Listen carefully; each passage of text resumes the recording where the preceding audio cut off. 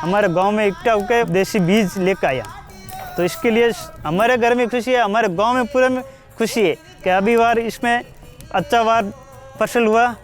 इसमें दवाई नहीं है, कुछ भी खर्चा नहीं है, ये खाली खाद डाला, मींगनी खाद, गाय का खाद, वो सब डाला। इसमें वो फसल अच्छा होता है तो बाज़ार में बेचने के लिए अच्छा, तो पैसा मिलेगा तो हमारे घर में पूरे को खुशी होएगा, गांव वालों को पूरे को खुशी होएगा। Many farmers like Chain Singh are celebrating the improvement of their income and livelihoods under the project.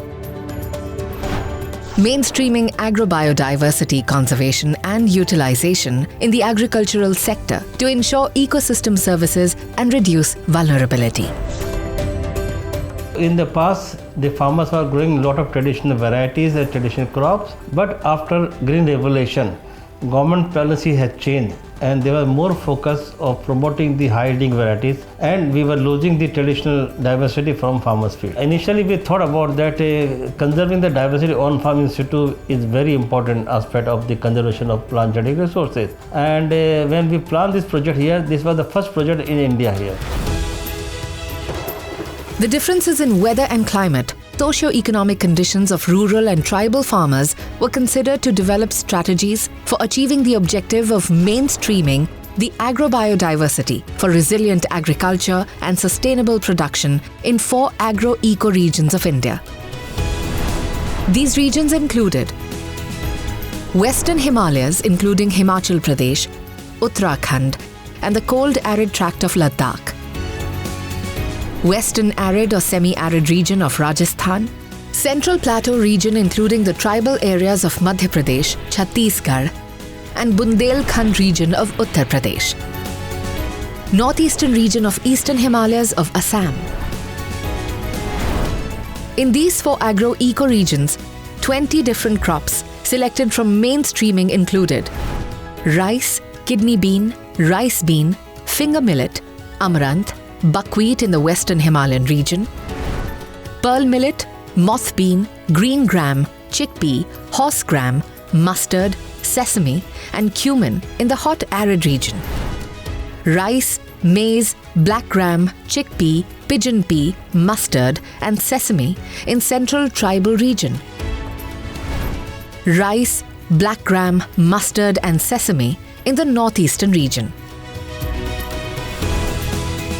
To ensure the project's success, it was divided into key components, each with clearly defined roles and responsibilities. This structured approach allowed the teams to focus on specific tasks, driving the project towards achieving its desired outcomes. The first project component involved adaptive management of crop diversity for resilient agriculture and improved livelihoods. At the project sites, dedicated teams carried out baseline surveys and engaged in focus group discussions with the local farmers. पहले इनकी marketing नहीं होती थी, दाम कम मिलते थे, फिर किसानों ने कम उगाना शुरू कर दिया इनको।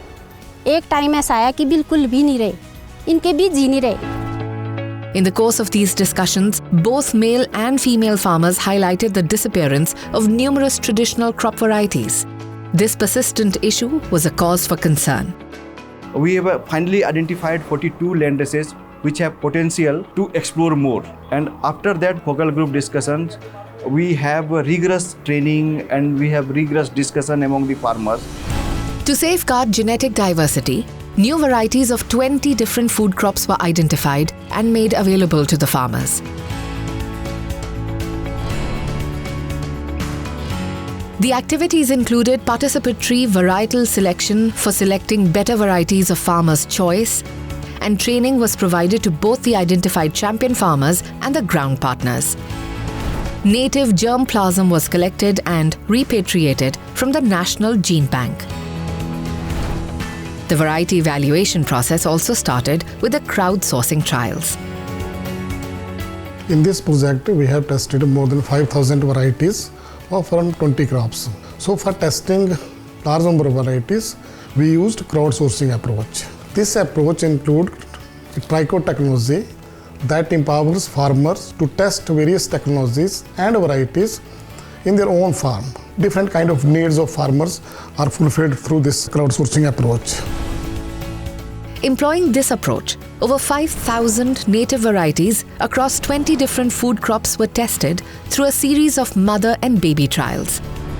From this extensive testing, over 300 promising native varieties were identified that meet the diverse needs of farmers, including climate resilience, enhanced nutrition, and improved livelihoods. With many seed varieties developed, preserving them to safeguard agrobiodiversity and maintain genetic diversity became crucial. An informal seed system was prioritized to conserve local plant biodiversity and establish a viable seed supply for sustainable farming. 32 community seed banks were set up at 17 project sites across all 4 agro-ecoregions, conserving over 3,000 native varieties. These banks are managed by the farmers and they provide seed to the farmers and take back seed in return at the harvest of the crop. Farmers receive training through a comprehensive module and clear guidelines to ensure the efficient operation of the seed banks.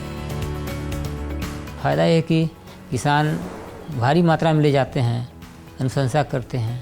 मेरे यहाँ बीजा उपलब्ध है और संरक्षित भी कर रहा है यहाँ पर। More than 1,000 varieties were profiled for improved nutritional values, along with all the ground partners and the farming communities. ये अरहर जो बोते हैं हम ये अरहरी, तो इसमें चुरती भी बढ़िया है, दाल भी अच्छी होती है, स्वादिष्ट बढ़िया है। खाते हैं हम लोग, खाते हैं तो बढ़िया स्वादिष्ट दाल आती है तो हम खाते हैं और लोग बाग भी ले जाते हैं बहुत। To ensure uptake of nutritional varieties, unique food items and recipes were shared with the farming communities. Considering the overall quality standard established through the project. Youth has almost forgotten the local foods recipes. So to create the awareness among them, we have organized several food festivals and also created food recipe manuals. जो ये पीली बाजरी है, जो मूंछ वाली बाजरी है, वो खाने में भी स्वस्थ है और खाना भी बढ़िया बनता है। इसका स्वास्थ्य के लिए भी सही है। उसमें खाद कुछ डालते नहीं, हम तो बरसात के पानी से पकाते हैं और बढ़िया पैदावार होती है, भाव भी तेज में बिकती है। Another component of the project was value chain addition through effective marketing. The project equipped more than 2,000 farmers on various marketing concepts like branding, trademark, tagline, packaging, labeling, nutrition information, FSSAI licensing, and use of media. This integrated approach ensures agriculture sustainability, environmental care, and public health. The value chain approach was instrumental in enhancing monetary benefits for farmers. घर पे packing करते और pack करते market में भेजते। बहुत दूर दूर हमारे ये काले चने का बहुत दूर मांग भी आ रही है। The project also revolved around the strategies and policies for sustainable conservation and the use of crop diversity, including access and benefit sharing. Despite the challenges of the pandemic, the project team continued to work diligently to ensure the smooth functioning of the project at all levels. Working towards a 360-degree approach, a couple of events were organized to review the legislation. To continue working, the project organized training, seminars, and workshops to impart awareness to farmers on various seed legislations and acts. As a result, a remarkable 359 farmers' varieties were submitted for registration with the Protection of Plant Variety and Farmers' Rights Authority.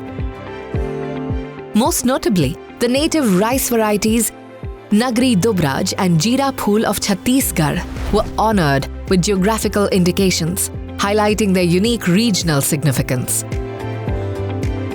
The project also envisioned systems and processes to work on providing improved agricultural support systems, institutional frameworks, and partnerships that support crop diversity on farms.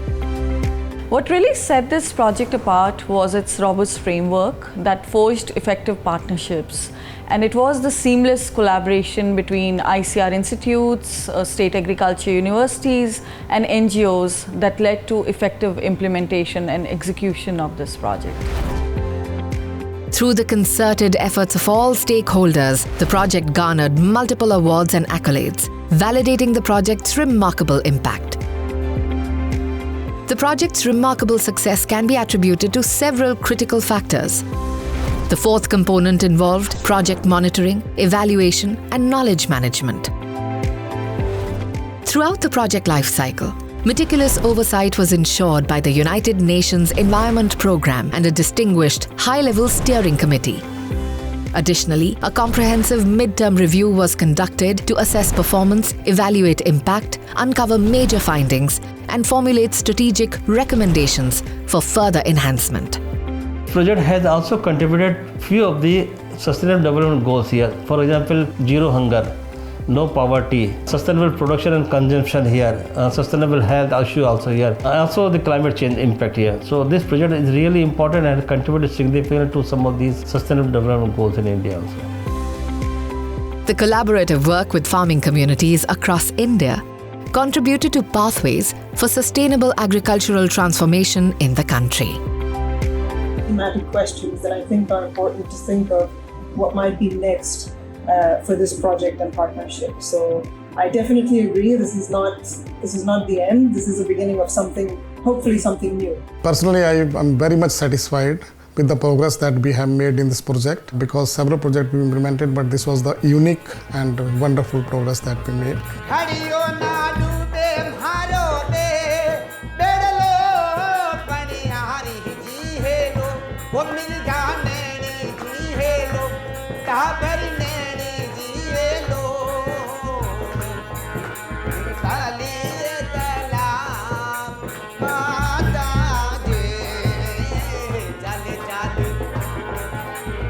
चाले चाले पानी